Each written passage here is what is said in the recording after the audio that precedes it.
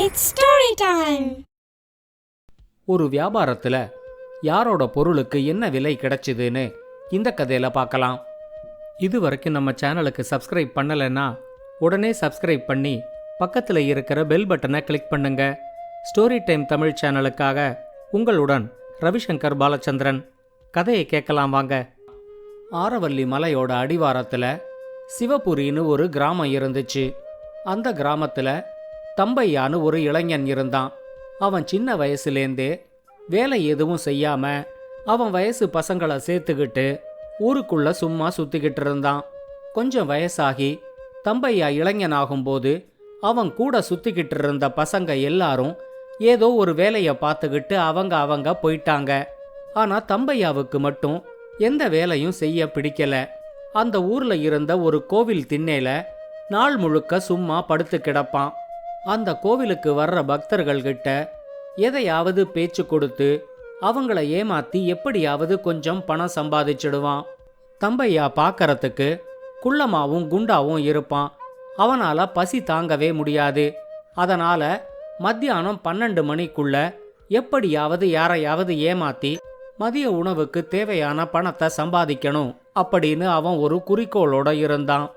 உழைச்சு சம்பாதிச்சாதான் உடம்புக்கு நல்லது அப்படின்னு ஊர்ல யாராவது அவனுக்கு அறிவுரை சொன்னா, ஏன் அளவுக்கு உங்களுக்கெல்லாம் பேச்சு திறமை இல்ல, அதனால நீங்கள்லாம் உடம்பால உழைச்சு சம்பாதிக்கிறீங்க, எனக்கு பேச்சு திறமை இருக்கு, நான் வாயாலேயே உழைச்சு சம்பாதிக்கிறேன் அப்படின்னு சொல்லுவான். ஊர் மக்களும் இவனை திருத்த முடியாது அப்படின்னு அவனுக்கு அறிவுரை சொல்றதையே நிறுத்திட்டாங்க.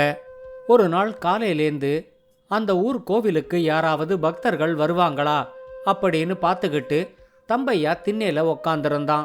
ஆனா அவன் எதிர்பார்த்த மாதிரி யாருமே அன்னைக்கு வரல. இப்படியே போனா மதிய சாப்பாட்டுக்கு என்ன செய்யறது அப்படின்னு அவன் யோசிச்சுக்கிட்டு இருக்கும்போதுதான் அந்த வழியா ராமையான்னு ஒரு விறகு வெட்டி தோல்ல கோடாலிய எடுத்துக்கிட்டு தன்னோட கழுதையை இழுத்துக்கிட்டு வந்துகிட்டு இருந்தான். ராமையாவும் அவனோட மனைவி லட்சுமியும் அந்த ஊரோட புறநகர் பகுதியில ஒரு குடிசையில வாழ்ந்துகிட்டு இருந்தாங்க. ராமையா ரொம்ப கடுமையான உழைப்பாளி. ஒவ்வொரு நாளும் காலையில கிளம்பி ஆரவல்லி மலைத்தொடரோட காட்டுக்குள்ள போய் தேவையான அளவுக்கு விறகுகளை வெட்டிக்கிட்டு அதை கழுதையில ஏத்திக்கிட்டு வந்து ஊருக்குள்ள வித்துட்டு அந்த பணத்தோட தன்னோட வீட்டுக்கு போறத அவன் ஒரு வழக்கமா வச்சுக்கிட்டு இருந்தான். அவனுக்கு தேவையான மதிய சாப்பாட லட்சுமி காலையில சீக்கிரமா எழுந்திருச்சு சமைச்சு ஒரு தூக்கு சட்டியில போட்டு கொடுத்துடுவாங்க. ராமையாவை பார்த்த உடனே தம்பையாவுக்கு ஒரு யோசனை வந்துச்சு. இன்னைக்கு இவனை எப்படியாவது ஏமாத்தி இவங்கிட்டேந்து ஏதாவது பணத்தை கறக்க முடியுமான்னு பார்ப்போம் அப்படின்னு ஒரு முடிவுக்கு அவன் வந்தான். அவன் ராமையா கிட்ட, என்ன கால வேளையிலேயே விறகு வெட்ட காட்டுக்கு கிளம்பிட்டீங்க போல இருக்கு அப்படின்னு கேட்டான். ராமையா ரொம்ப அப்பாவியா, ஆமா இப்ப போனாதான் பொழுது இருட்டுறதுக்குள்ள நமக்கு தேவையான விறகுகளை வெட்டிக்கிட்டு அதை சந்தையிலையும் வித்துட்டு வீட்டுக்கு போறதுக்கு நேரம் சரியா இருக்கும் அப்படின்னு சொன்னான். தம்பையா அவங்கிட்ட, நானும் இன்னைக்கு உங்க கூட காட்டுக்கு வரலாமா அப்படின்னு கேட்டான். அதுக்கு ராமையா, தாராளமா வாங்க, காட்டுல இருக்கிற விறகுகளை யார் வேணா வெட்டிக்கலாம், உங்களுக்கு தேவையான விறகுகளை நீங்க வெட்டிக்கங்க அப்படின்னு சொன்னான். ராமையா சொன்னதை கேட்டதும் தம்பையாவுக்கு திக்குன்னு தூக்கி வாரி போட்டுச்சு. தன்னோட உடம்ப வச்சுக்கிட்டு விறகு வெட்டுறதெல்லாம் சாத்தியமே இல்ல அப்படின்னு அவனுக்கு புரிஞ்சிருந்துச்சு. இப்பவே அன்னைக்கு தன்னோட வேலை என்ன, ராமையாவோட வேலை என்னன்னு அவனுக்கு தெளிவுபடுத்திடணும் அப்படின்னு தம்பையா நினைச்சான். அவன் வார்த்தைகளை ரொம்ப கவனமா பயன்படுத்தி ராமையா கிட்ட பேச ஆரம்பிச்சான். நான் இன்னைக்கு என்னோட நேரத்தை மட்டும்தான் உங்க கூட செலவிட விரும்புறேன். என்னோட இந்த உடம்ப வச்சுக்கிட்டு என்னால விறகு வெட்டுறதெல்லாம் முடியாது. ஆனா நீங்க ரொம்ப கடுமையா உழைச்சு விறகு வெட்டும்போது உங்களுக்கு உழைப்போட களைப்பு தெரியாம இருக்கிற மாதிரி என்னால உங்க கூட நல்லா பேசிக்கிட்டு இருக்க முடியும் அப்படின்னு சொன்னான். ராமையாவும், அப்படியா, சரி வாங்க அப்படின்னு தம்பையாவை கூட்டிக்கிட்டு காட்டுக்கு விறகு வெட்ட கிளம்பினான். காட்டுல நிறைய பட்டுப்போன மரங்கள் இருந்த ஒரு இடத்தை தேர்ந்தெடுத்து அந்த இடத்துக்கு பக்கத்துல இருந்த ஒரு புல்வெளியில கழுதைய கட்டி போட்டான். அவன் கட்டி போட்ட இடத்துக்கு சுத்தி இருந்த புல்லெல்லாம் அந்த கழுதை மேய ஆரம்பிச்சுது. தம்பையா இதை எல்லாத்தையும் வேடிக்கை பார்த்துக்கிட்டே இருந்தான். அங்க நிழல்ல இருந்த ஒரு பெரிய பாறைய தேர்ந்தெடுத்து தம்பையா அதுல போய் வசதியா உக்காந்துக்கிட்டான். இப்ப ராமையா தான் தேர்ந்தெடுத்த பட்டுப்போன மரத்தோட ஒரு கிளைய கோடாலியால ஓங்கி வெட்டினான். ஒரே வெட்டுல அந்த கிளை அப்படியே முறிச்சுக்கிட்டு கீழே விழுந்துச்சு. அதை பார்த்த உடனே தம்பையா, வாரே வா, உடம்புன்னா இப்படித்தான் வலிமையா இருக்கணும், ஒரே வெட்டுல ஒரு பெரிய மரக்கிளைய கீழே சாச்சிட்டீங்களே அப்படின்னு சொன்னான். ராமையா அவனை திரும்பி பார்த்து லேசா சிரிச்சு, ரொம்ப நன்றி அப்படின்னு சொல்லிட்டு கீழே முறிஞ்சு விழுந்து கிடந்த மரக்கிளைய சின்ன சின்ன விறகு துண்டுகளா வெட்ட ஆரம்பிச்சான். அவன் கோடாலியால வெட்டுற ஒவ்வொரு வெட்டுக்கும் தம்பையா அவனை பாராட்டிக்கிட்டே இருந்தான். ஆனா முதல் 1-2 பாராட்டுகளுக்கு ராமையா திரும்பி பார்த்து லேசா சிரிச்சு நன்றி சொன்னாலும் அதுக்கு அப்புறமா தம்பையா பாராட்டின எந்த ஒரு பாராட்டையும் ராமையா காது கொடுத்து கேட்க கூட இல்லை. அவன் தன்னோட வேலையில கவனமாயிருந்தான். ராமையா ஒவ்வொரு பெரிய மரக்கிளைய வெட்டும் போதும், இது என்ன பெருசு, இதை விட பெருசு மலை மேல இருக்கு, வெட்டி தள்ளு அப்படின்னு தம்பையா ஏதோ உளறிக்கிட்டே இருந்தான். தான் சொல்ற எந்த ஒரு பாராட்டையும் ராமையா கேட்க கூட இல்லைன்னு புரிஞ்சுகிட்ட தம்பையா மெதுவா உக்காந்திருந்த பாறையிலேருந்து எழுந்திருச்சு ராமையாவுக்கு பின்பக்கம் வந்தான். ஆனா அதை கவனிக்காத ராமையா கோடாலிய தூக்கி ஒரு பெரிய மரக்கிளைய வெட்ட முயற்சி செய்யும் போது எதிர்பாராத விதமா பின்னாடி நின்னுகிட்டு இருந்த தம்பையாவோட தலையில அந்த கோடாலி பட்டுடுச்சு. தம்பையா வலி தாங்க முடியாம துடிச்சு போய் அம்மானு அலறிக்கிட்டே கீழே விழுந்தான். ராமையா அவங்கிட்ட, மன்னிச்சுக்கங்க, பின்னாடி நீங்க நிக்கிறத நான் கவனிக்கல, விறகு வெட்டும் போது கோடாலி இப்படி கையில காலில் படுறது ரொம்ப சகஜம்தான் அப்படின்னு சொல்லி தம்பையாவுக்கு குடிக்க கொஞ்சம் தண்ணிய கொடுத்தான். தண்ணிய குடிச்சிட்டு எழுந்திருக்க கூட முடியாம தம்பையா கொஞ்ச நேரத்துக்கு அந்த புல்வெளியிலேயே படுத்து கிடந்தான். ராமையா அவங்கிட்ட, நீங்க கொஞ்ச நேரம் ஓய்வெடுங்க அப்படின்னு சொல்லிட்டு மறுபடியும் விறகு வெட்ட போயிட்டான்.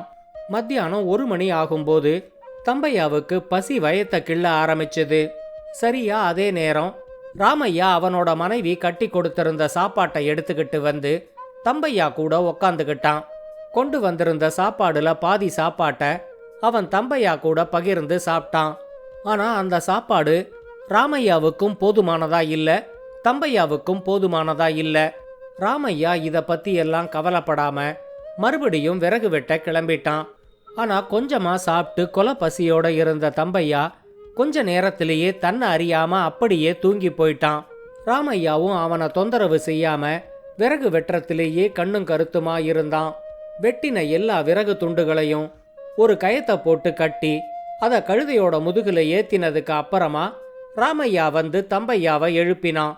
அவன் வெட்டி கழுதையோட முதுகுல ஏத்தி இருந்த விறகுகளை பார்த்த உடனே தம்பையாவுக்கு ரொம்ப மலைப்பாயிருந்தது. எப்படி இருந்தாலும் இந்த விறகுகளை வித்தா 10 வெள்ளிக்காசுகளாவது கிடைக்கும் போல இருக்கே அப்படின்னு அவன் யோசிச்சான். ராமையா அவங்கிட்ட, இனிமே இந்த காட்டுல இருக்க கூடாது, பொழுது இருட்ட போகுது, வாங்க கிளம்பலாம் அப்படின்னு சொல்லி கழுதைய ஓட்டிக்கிட்டு தம்பையா கூட நடந்து வர ஆரம்பிச்சான். தம்பையா அவங்கிட்ட, இந்த விறகுகளை வெட்டி கழுதையில ஏத்திக்கிட்டு வர்றதுக்குள்ள நம்ம 2 பேருக்கும் உடம்பெல்லாம் களைச்சு போயிடுது அப்படின்னு சொல்லி சிரிச்சான். ராமையா அதுக்கு பதில் எதுவும் சொல்லல. ஊர்ல இருந்த ஒரு விறகு கடைக்கு கழுதைய ஓட்டிக்கிட்டு வந்து வெட்டி எடுத்துக்கிட்டு வந்த விறகுகளை எல்லாம் எடை போட்டு பார்த்ததுல ராமையாவுக்கு 8 வெள்ளிக்காசுகள் கிடைச்சது. இப்ப தம்பையா அவங்கிட்ட, என்னோட பங்கு 4 வெள்ளிக்காசுகளை கொடுத்தீங்கன்னா நான் கோவில் மண்டபத்துக்கு கிளம்புவேன், நாளைக்கு காலையில நீங்க விறகு வெட்ட போகும்போது ஞாபகமா என்னையும் கூட்டிக்கிட்டு போங்க அப்படின்னு சொன்னான். அவன் சொன்னது எதுவுமே ராமையாவுக்கு புரியல. நான் எதுக்கு உங்களுக்கு 4 வெள்ளிக்காசு தரணும் அப்படின்னு ரொம்ப அப்பாவியா கேட்டான். தம்பையா அவங்கிட்ட, கோடாலியால சத்தம் வர்ற மாதிரி நீங்க விறகுகளை வெட்டினீங்க, என்னோட நாக்கால சத்தம் வர்ற மாதிரி நான் உங்களை உற்சாகப்படுத்திக்கிட்டே இருந்தேன், இந்த உழைப்புல எனக்கும் சரி சமமா பங்கு இருக்கு, அதனால தான் என்னோட 4 வெள்ளிக்காசுகளை நான் கேட்கறேன் அப்படின்னு சொன்னான். தம்பையா சொன்னதை கேட்டதும் ராமையாவுக்கு ரொம்ப அதிர்ச்சியா இருந்துச்சு. நல்ல வேளையா அதே நேரம் அந்த ஊர் பஞ்சாயத்து தலைவர் ஜக்கையா அந்த விறகு கடைக்கு விறகு வாங்க வந்தாரு. ராமையா அவர்கிட்ட நடந்ததை எல்லாத்தையும் சொல்லி தனக்கு நியாயம் கிடைக்க கேட்டுக்கிட்டான். ரொம்ப பிடிவாதமா இருந்தா எப்படியும் 2 வெள்ளிக்காசுகளை வாங்கிட முடியும் அப்படின்னு தம்பையாவும் ஜக்கையா என்ன சொல்ல போறாரு அப்படின்னு கேட்கறதுக்கு தயாரா இருந்தான். இங்க நடக்கிற இந்த பஞ்சாயத்தை விறகு கடை உரிமையாளர் வீரையாவும் வேடிக்கை பார்த்துக்கிட்டு இருந்தான். இப்ப ஜக்கையா ரொம்ப தீர்மானமான குரல்ல சொன்னாரு, நடந்ததை எல்லாத்தையும் கேட்கும்போது நீங்க 2 பேருமே சத்தம் போட்டு சம்பாதிச்சிருக்கீங்க அப்படிங்கறத புரிஞ்சுக்க முடியுது. ராமையா போட்ட சத்தத்துக்கு அவருக்கு கிடைச்ச விறகுகளை அவரு வீரையா கிட்ட வித்து 8 வெள்ளிக்காசுகளை வாங்கிக்கிட்டாரு. இந்த 8 வெள்ளிக்காசுகளும் ராமையாவுக்கு சொந்தம். தம்பையா போட்ட சத்தத்துக்கு அவருக்கு எந்த பொருளும் கிடைக்கல. வெறும் சத்தத்தை அவர் யாருகிட்டையாவது விற்க முடிஞ்சா வித்துக்கலாம். அதுல எவ்வளவு வெள்ளிக்காசு கிடைச்சாலும் அது தம்பையாவுக்கு சொந்தம் அப்படின்னு சொன்னாரு. தம்பையா இப்ப ரொம்ப கோபத்தோட வெறும் சத்தத்தை யார் விலை கொடுத்து வாங்குவாங்க அப்படின்னு கேட்டான். ஜக்கையா அவங்கிட்ட, சரியா சொன்ன, இதுதான் இந்த வழக்குக்கும் தீர்ப்பு. இதுக்கு மேல இந்த வழக்கை நீ தொடர விரும்பினா ராமையாவை ஏமாத்த முயற்சி செஞ்ச குற்றத்துக்காக உனக்கு 4 வெள்ளிக்காசு அபராதம் போட்டுடுவேன் அப்படின்னு சொன்னாரு. தான் எல்லாரையும் ஏமாத்துறது இப்ப பஞ்சாயத்து தலைவர் வரைக்கும் தெரிஞ்சிட்டதுனால இனிமே தனக்கு அபராதம் எதுவும் வராம இருக்கணும்னா உழைச்சுதான் சம்பாதிக்கணும் அப்படிங்கிற முடிவோட தம்பையா கோவில் திண்ணைக்கு திரும்ப வந்து சேர்ந்தான். இந்த கதையை பத்தின உங்களோட கருத்துக்களை ஸ்டோரி டைம் தமிழ் யூடியூப் சேனல்லையும் பாட்காஸ்ட்லையும் பின்னூட்டத்தில் கமெண்ட்ஸாக பதிவு பண்ணுங்க. இந்த கதை உங்களுக்கு பிடிச்சிருந்தா லைக் பண்ணுங்க, கமெண்ட் பண்ணுங்க, ஷேர் பண்ணுங்க. மறக்காம ஸ்டோரி டைம் தமிழ் சேனலை சப்ஸ்கிரைப் பண்ணுங்க. அப்படியே பக்கத்துல இருக்க அந்த பெல் ஐகானை கிளிக் பண்ணுங்க.